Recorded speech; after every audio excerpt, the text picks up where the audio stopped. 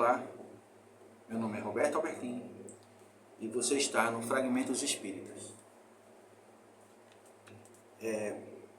Hoje eu vim falar de um tema que é muito comum no meio social. No meio espírita a gente também fala dele, e que muitas vezes é uma tormenta para muitas pessoas, que é a tentação. O que é uma tentação? É quando você se sente compelido a fazer alguma coisa onde tu tem uma deficiência moral naquele campo. Como é que eu posso dizer isso? É como se você tivesse uma tendência a alguma coisa errada e você estivesse lutando contra essa tendência errada. Então essa tendência errada para você é uma tentação. A gente entende muito bem isso quando a gente fala da sexualidade, né? Uma mulher é uma tentação, aquela mulher, aquele homem é uma tentação, porque eles mexem com determinados fatores dentro de nós que não seria viável espiritualmente falando, vamos dizer assim. Então tem uma frase do Cristo que está lá em Marcos 14:38. Ele diz assim: vigiai e orai para não entrardes em tentação. Primeiro, vamos começar a entender essa frase. Ela parece ser muito simples, mas a gente vai começar a entender melhor um pouquinho o que significa esse vigiar e orar. O vigiar não significa você ficar de olho para quando acontecer o negócio, tu fugir.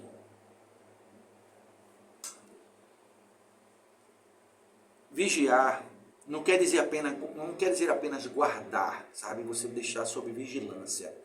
Não é isso. Significa também precaver-se e cuidar-se. O vigiar é vigiar a tua conduta. É tu vigiar os teus pensamentos, tuas palavras, teus atos. Porque tudo começa no pensamento. Tudo. Qualquer coisa que você imaginar começa no pensamento. Qualquer tentação para você, dinheiro, poder, sexo, propriedades, objetos, status, qualquer coisa que você imaginar, tudo começa aqui. Tudo. Então o que é que a gente tem que fazer? Você tem que primeiro vigiar os teus pensamentos, como eles começam a aparecer dentro de você. Como é que eles começam a tomar corpo dentro de você? Como é que eles começam a tomar conta da tua forma de pensar? E por que tanto tempo pensando naquilo?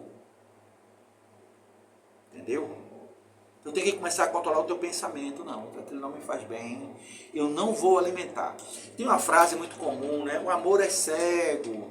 Ninguém escolhe quem ama. Isso é mentira. E das bravas. Sabe por quê? Porque se fosse assim, você poderia se apaixonar pelo teu irmão, poderia se apaixonar pelo homossexual da esquina que não gosta de mulher. Tu pode se apaixonar pela tua melhor amiga, tu poderia se apaixonar por um cachorro, tu poderia se apaixonar... Tu tá entendendo? Por qualquer coisa. Ah, não manda em você, poderia ser por qualquer um. Isso é desculpa de quem escolheu errado. Até mesmo que quando você está sendo mal amada, quando você não é aceita mais pelo teu parceiro, ou não é aceito pela sua parceira, você mata esse sentimento de dentro de você. Você escolheu gostar daquela pessoa, aquela pessoa agora não te quer, ela te rejeita, ela fez alguma coisa de errado, e você não quer mais comungar com ela dos teus sentimentos. O que é que você faz? Você continua amando, não é ele que manda em você? Não, você não vai lá e mata através da falta de nutrição desse sentimento? Então gostar é um querer que depende de uma escolha, é raciocinada. Veio de uma determinação sua, de uma decisão tomada. Você não gosta de ninguém porque você não gosta de ninguém. Ah, eu estou carente, você pode se relacionar com qualquer um. Mas gostar você escolhe de quem. A não ser que você confunda gostar com carência. Aí você vai estar sempre trocando os pés pelas mãos e vai se colocar naquela posição que todo mundo diz: ah, eu tenho um dedo podre para relacionamento. Não, você faz escolhas erradas baseadas em situações equivocadas. E eu posso dizer isso a vocês porque eu tomei decisões assim já. A gente só descobre isso com o tempo. Você só descobre isso com a maturidade, ela vai chegando, a maturidade emocional vai chegando, a gente vai começando a entender as coisas e começa a tomar decisões melhores. Porque antigamente você que eu digo, eu me incluo nessa situação também, a gente tomava decisões de impulso, baseado em carências, em traumas, em medos, em fugas. Existem N razões para isso. A psicologia está aí para explicar, a terapia está aí para explicar isso. Então, vigiar está dentro do teu campo pessoal. Eu preciso vigiar a mim, meu comportamento, principalmente meus pensamentos, para que depois eu não materialize esse pensamento através das minhas palavras. E que depois eu não venha transformar as minhas palavras em ações equivocadas. Emmanuel tem uma frase muito bonita sobre isso, quando ele fala de música. Ele diz, não é estranhável pessoas que escutem músicas vulgares terem comportamentos vulgares. Então tenha cuidado com aquilo que você escuta, você está se alimentando daquilo. Aquela música é repetida, vira um mantra. Você começa a cantar, você começa a verbalizar em volta de você aquele mantra. Você começa a se envolver naquelas energias. E dali para você fazer aquilo, salto. Pulo, um clique. Então tenha cuidado com aquilo que você escuta, com aquilo que você pensa, para que você não forme pensamentos diante daquilo que você escuta, pensamentos equivocados. E depois você não tome decisões erradas, porque você falou tanto naquilo que você acaba fazendo. Entendeu? E quem diz cuidar, afirme igualmente trabalhar e defender-se. Se eu me cuido, eu me respeito. Se eu me respeito, eu não faço qualquer coisa, nem com qualquer um, nem em qualquer lugar, nem sob qualquer circunstância. Isso pode ser para o bem ou para o mal, pode ser em qualquer campo do trabalho, afetivo, sexual, não importa. Cuidar-se é uma forma de precaver-se, é uma forma de você manter-se em equilíbrio. Por isso o orai e vigiai. O orar é você elevar o seu padrão vibratório, é você não se manter ali no medíocre, no meio. Medíocre não quer dizer inferior, quer dizer mediano. Então você não está ali de forma mediana. O violonista medíocre, ele toca feito todo mundo. Não tem nada de especial. Outra coisa é você tocar de forma errada. Aí vai dizer, ali é um mau violonista. É diferente de você ser violonista medíocre. Medíocre é aquele que todo mundo toca. Então ele é mediano. As pessoas às vezes não sabem o significado das palavras. Medíocre significa isso, mediano. Tá? Está no meio, igual a todos. Não tem nada de diferente nele. Então, quando ele pede para que você ore, ele está pedindo para que você se eleve acima das tuas, como posso dizer, acima das tuas imperfeições, buscando o equilíbrio necessário para que a tua vigília seja forte o suficiente. Uma coisa fortalece a outra. Se você está sempre em vigília, o orar se torna mais fácil e mais constante. Quando você está sempre orando, manter a vigília é mais fácil. Quando um dos dois falha, manter o outro é mais difícil. É a mesma coisa quando o Espiritismo diz assim para você, combate o teu orgulho e o teu egoísmo. Se eu combato o meu orgulho e o meu egoísmo, eu estou combatendo todas as outras dificuldades morais que eu tenho. Eu vou continuar tendo elas, mas em menor grau, porque eu estou combatendo o orgulho e o egoísmo, que é a raiz de tudo. Está aqui, no Evangelho, não sei o que eu falo, não, está aqui no Evangelho. A matriz de toda mazela moral é o orgulho e o egoísmo. Está aqui dentro. Não sou eu que preciso falar. Todo aquele que conhece um pouquinho melhor o Espiritismo, todo aquele que consegue ler o Evangelho, sem ter uma única ótica, ele consegue perceber isso. Todas as mazelas estão no orgulho e no egoísmo. Orar, a seu turno, não exprime somente adorar e aquietar-se, mas acima de tudo comungar com o poder divino. Comungar é andar de acordo, em comum acordo. Comungar, quer dizer, estar de acordo, estar pensando de forma única, de forma que é uma forma comum de se pensar, que é o crescimento incessante para a luz e com o divino amor, que é serviço infatigável no bem. Vamos destrinchar essa frase. Orar a seu turno não exprime somente adorar. Quem ora não deve só adorar. A oração se divide em adoração, em pedido e agradecimento. O Pai Nosso é um exemplo disso. Primeiro, Pai Nosso que está no céu, a glorificação. Depois ele pede o pão nosso de cada dia. Depois ele agradece. Toda oração se divide nessas três partes. Então, quando você entra em processo de oração, ele não está pedindo para que você só adore e fique quietinho. Não. Ele diz assim, olha, mas acima de tudo, comunga do poder divino. Quer dizer, entra em alinhamento com aquilo que ele pede. E tu descobre tudo o que ele quer aqui, ó, dentro do livro dos Espíritos. Eu estou falando para nós espíritas. Para qualquer outro que seja de qualquer outra religião, siga aquele livro que é a sua, seu livro referência. Para os cristãos, a Bíblia. Para os protestantes católicos, a Bíblia. Para aqueles que são tibetanos, que são budistas, os livros de Buda. Para outros que são o Alcorão. Para outros que vem a Torá judaica. E assim se vai. Se alinhe com aquilo que Deus, da sua fé, te pede, que tu vai sair desse processo de tentação. Isso não vai te tocar mais. Porque você começa a entrar dentro de um estado em que não se faz mais necessário aquele tipo de vibração dentro da tua existência. Tu já lutou tanto, já te transformou numa pessoa tão melhor, tu já descobriu tantas outras coisas ali dentro, trabalhando e orando em nome daquele que necessita, que tu começa a ver aquilo que servia de tentação para tu no começo como uma coisa esdrúxula, sem valor e sem poder. É feito o cara que quer lutar para, deixar de usar cigarro, por exemplo. O cara quer parar de fumar e não consegue, aí ele vai, conhece uma religião, seja lá qual for. Eu vou colocar espírita porque nós somos um canal espírita. Aí ele conhece o espiritismo, aí o espiritismo vem, começa a falar sobre o tabagismo com ele, aí começa a botar ele para fazer uma atividade ali, uma atividade aqui, ele vai começando a fazer parte dos estudos, daqui a pouco ele começa a engrenar dentro das palestras públicas, daqui a pouco ele está trabalhando pela casa nessa atividade, está fazendo aquela outra atividade. Gente, quando ele estiver dentro do equilíbrio, fazendo tudo funcionar direitinho, que ele olhar para trás, ele vai olhar para o cigarro e vai dizer, meu pai do céu, não combina com o que eu vivo hoje. Não faz tem nem graça eu voltar a pensar a fumar. A mesma coisa serve para os desvios sexuais, a mesma coisa serve para o alcoolismo, a mesma coisa serve para os jogos, a mesma forma para a conduta equivocada, para o adultério, a mesma coisa.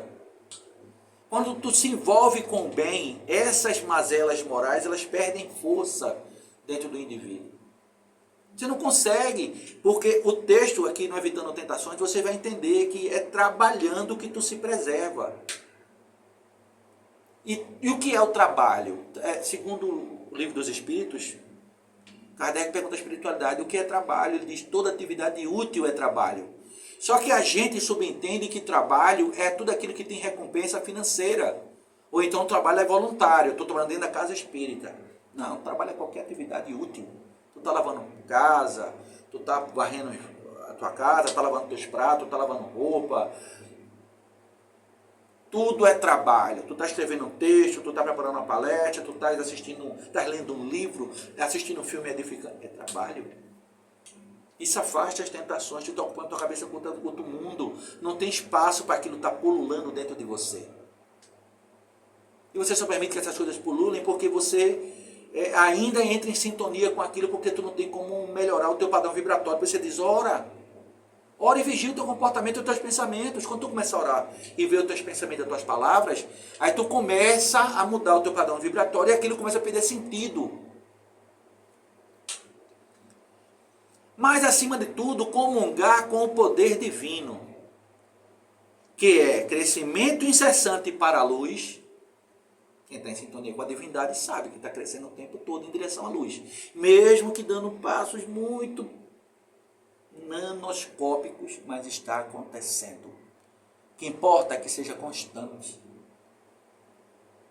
Isso é o que importa. Você continue trabalhando de forma constante. Fazendo atividade aqui, todo domingo você está lá, todo domingo você está lá. Mas se todo domingo você está fazendo coisa errada, quando é que tu ia se livrar desse vício? Por isso que ele diz, todo dia tu vai estar lá, todo dia. 4 dias na semana tu tá dentro do centro. É melhor do que 4 dias fazendo coisa errada. Num tu estuda, no outro desenvolve a mediunidade, no outro tu assiste uma palestra, no outro tu faz outra atividade, de distribuição de alimentos, por exemplo. Vai fazer uma campanha de quilo, vai fazer uma visita ao hospital, vai fazer visita aos asilos. Não é melhor do que tu tá fazendo besteira pelo meio da rua. Pensando em besteira, se juntando com quem não presta, andando fora da linha.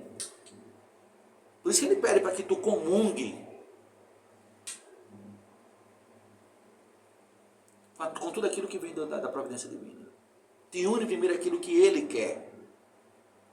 Te une primeiro com aquilo que ele determinou. Primeiro buscar as coisas de Deus, o resto será acrescentado. Procura as coisas de Deus primeiro, que vai chegar dinheiro, que vai chegar saúde, que vai chegar tudo, cara. Vai se tornando cada vez mais forte. E depois tu vai servir de exemplo para aqueles que ainda não conseguiram entender. E quando tu vê alguém que está passando pela mesma necessidade que tu estava naquele momento, tu vai saber dar o direcionamento correto a ele. Por quê? Porque tu já aprendeu qual é o caminho das pedras. Tu vai dizer, ó, bicho, faz assim, faz assado, não entra desse jeito, se afasta de fulaninho, faz dessa forma, faz dessa outra forma. Aí ele vai dizendo, poxa, é assim que eu tenho que fazer. Aí tu vai dando força, tu vai dando força, tu vai dando força. Daqui a pouco ele está saindo daquele lugar, daqui a pouco ele está trabalhando contigo, cara. Porque a palavra convence. A gente sabe disso. Mas o exemplo arrasta. E o Cristo era muito bom nos dois. Por isso que ele é escutado até hoje, 2000 anos depois da morte dele, a gente está aqui ainda falando sobre o que ele falava. A força daquele homem era gigantesca. Não era qualquer um.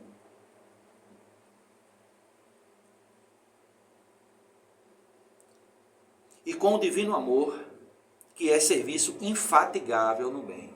O divino amor, ele não cansa, Deus não dorme, ele não descansa. Quem precisa de descanso é o corpo físico nosso. Até quando a gente vai para a espiritualidade, a gente não dorme. Só trabalha. A gente precisa descansar sim, lá. Porque ainda temos as impressões do corpo físico. Mas depois chegamos a determinado ponto, o que é dormir? Para quê? Como? O que exige descanso, sono? Não faz sentido. Entendeu?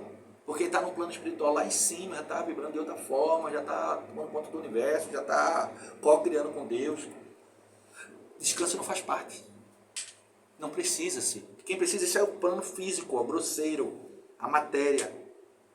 Para renovar e se curar, precisa ainda de descanso físico. O espírito não. O espírito não dorme nem quando ele está acordado, nem quando ele está dormindo. Entendeu? Por isso que ele fala aqui, ó. E com o divino amor, que é serviço infatigável, incansável no bem. Tudo o que repousa em excesso é relegado pela natureza à inutilidade. Se tu passa muito tempo, meu amigo, com a mente vazia, vira templo de espíritos que ainda não encontraram o caminho. Ainda se comprazem determinadas torpezas. E como tu estás em sintonia, porque tu não estás ocupando a tua cabeça, tu acaba entrando em sintonia com eles. E como tu está em sintonia, tu vai acabar repetindo aquilo. E aquilo é cada vez mais forte dentro de tu, por isso que é uma tentação.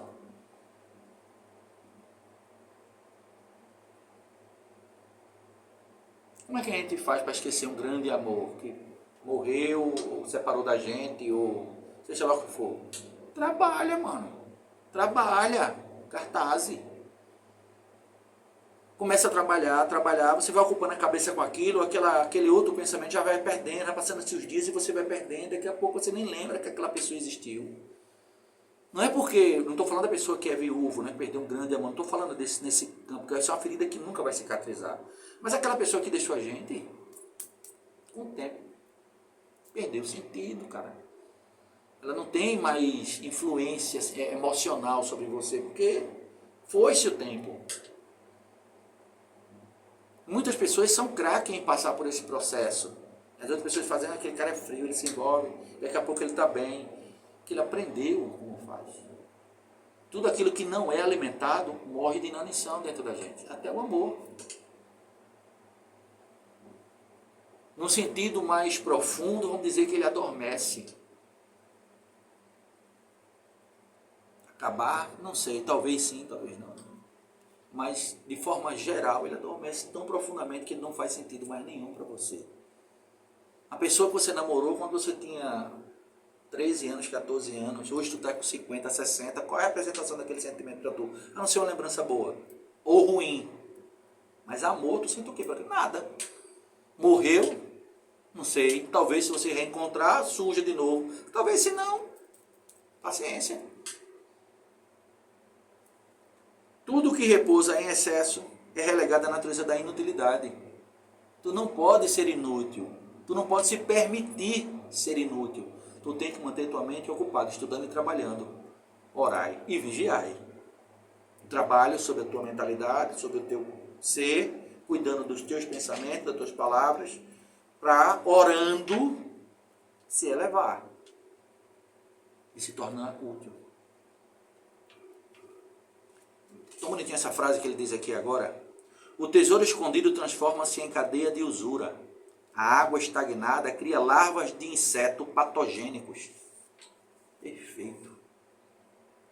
Até a água, que é um dos maiores mistérios da natureza, como é que ela apareceu no nosso planeta com tanta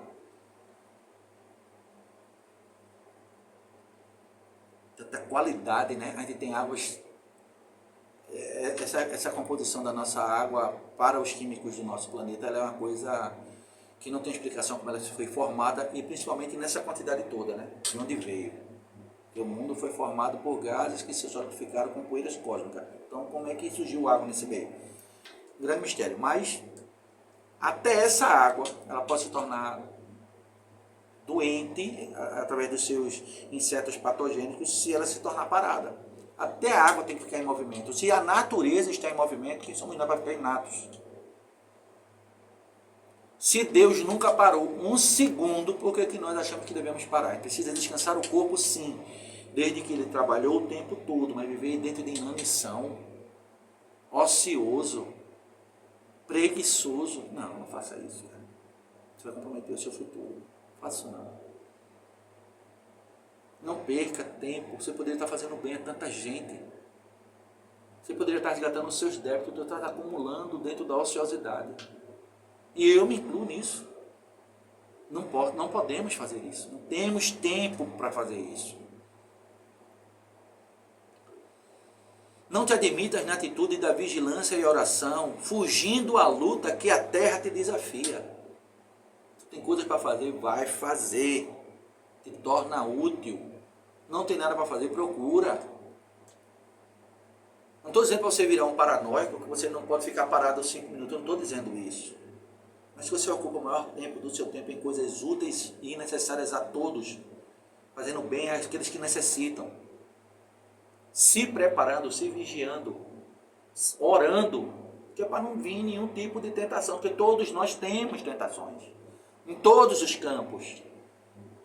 Agora, se a gente vai alimentar isso ou não, aí é outra história. É isso que a gente tem que aprender. A ocupar o tempo, para não abrir espaço para a oficina dos espíritos que ainda não entenderam as luzes do Cristo. Inteligência paradas, em mãos paradas, impõe paralisia ao coração, que da inércia cai na cegueira. Se você não exercita o coração, como é que tu vai ver a dor do outro? Como é que tu vai reconhecer a dor e a necessidade dele? Se tu não exercita o amor, cara, como é que tu vai entender a tua própria dor? Como é que tu vai aprender com ela? Como é que tu vai entender a dor do Cristo? O sacrifício que ele fez para nos vir ensinar a gente se curar. Porque Cristo não veio curar ninguém. Ele veio ensinar você a se curar. Olha, vem aqui não é para te dar remédio, vem te ensinar a tu fazer teu próprio remédio. Porque assim tu não precisa de ninguém, tu pode fazer, ser autossuficiente, tu vai se tornar independente, autônomo. Porque Deus não quer ninguém dependendo do outro. Ele quer um ajudando ao outro. Que a dependência seja ajuda, não a necessidade. Que possamos ser instrumentos da providência dele, e não instrumentos que precisem da providência dele. Entendeu? Precisa se modificar, corrigindo pensamentos e palavras, para que sejamos pessoas melhores. ajudando quem necessita. É complicado, mas é necessário a mudança. Vibrar com a vida que escoa sublime ao redor de você, ao redor de ti. E trabalhar infatigavelmente, dilatando as fronteiras do bem. Toda vez que tu começa a praticar um bem, outros bens tu vai descobrindo no meio do caminho, outras formas de praticar, outros bens, outras formas de praticar o bem vão se descortinando ao teu redor.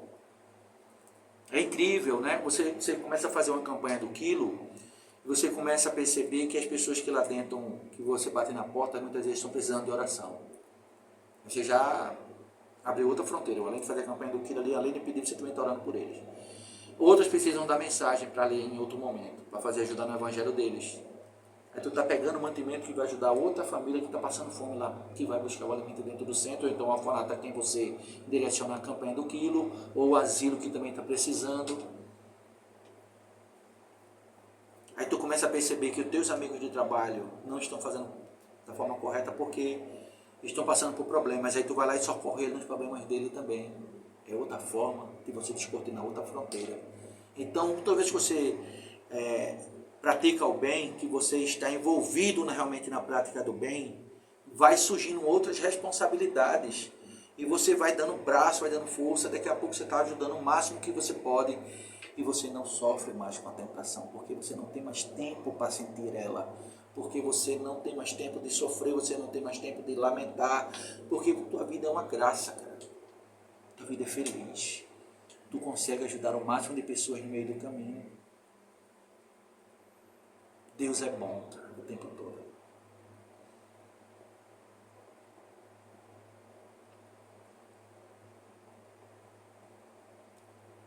Vê o que ele diz aqui. E trabalha infatigavelmente, dilatando as fronteiras do bem, aprendendo e ajudando aos outros em teu próprio favor. Foi o que eu acabei de dizer.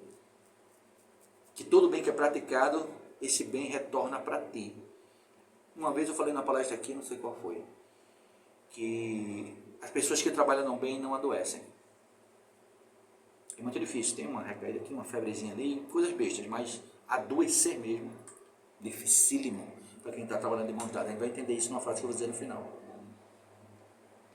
Essa é a fórmula, aliás, essa é a mais alta fórmula de vigiar e orar para não cairmos em tentação. Quem diz isso é Emmanuel, no livro chamado Palavras de Vida Eterna. A frase que eu quero dizer no final, que o tempo da gente já é chegado, é a seguinte: aquele que anda de mãos dadas com o bem, recebe o socorro antes do problema. Aprendi isso com Chico, nos livros dele. Aquele que anda de mãos dadas com o bem, recebe o socorro antes do problema. Que possamos, sempre que possível, estar com a mente ocupada na vigília do nosso comportamento, pensamentos e palavras. Que possamos estar, sempre que possível, em estado de oração, para que possamos ser instrumentos melhores na mão de Deus. E que a paz do Filho e o amor do Pai nos envolva hoje, agora e sempre.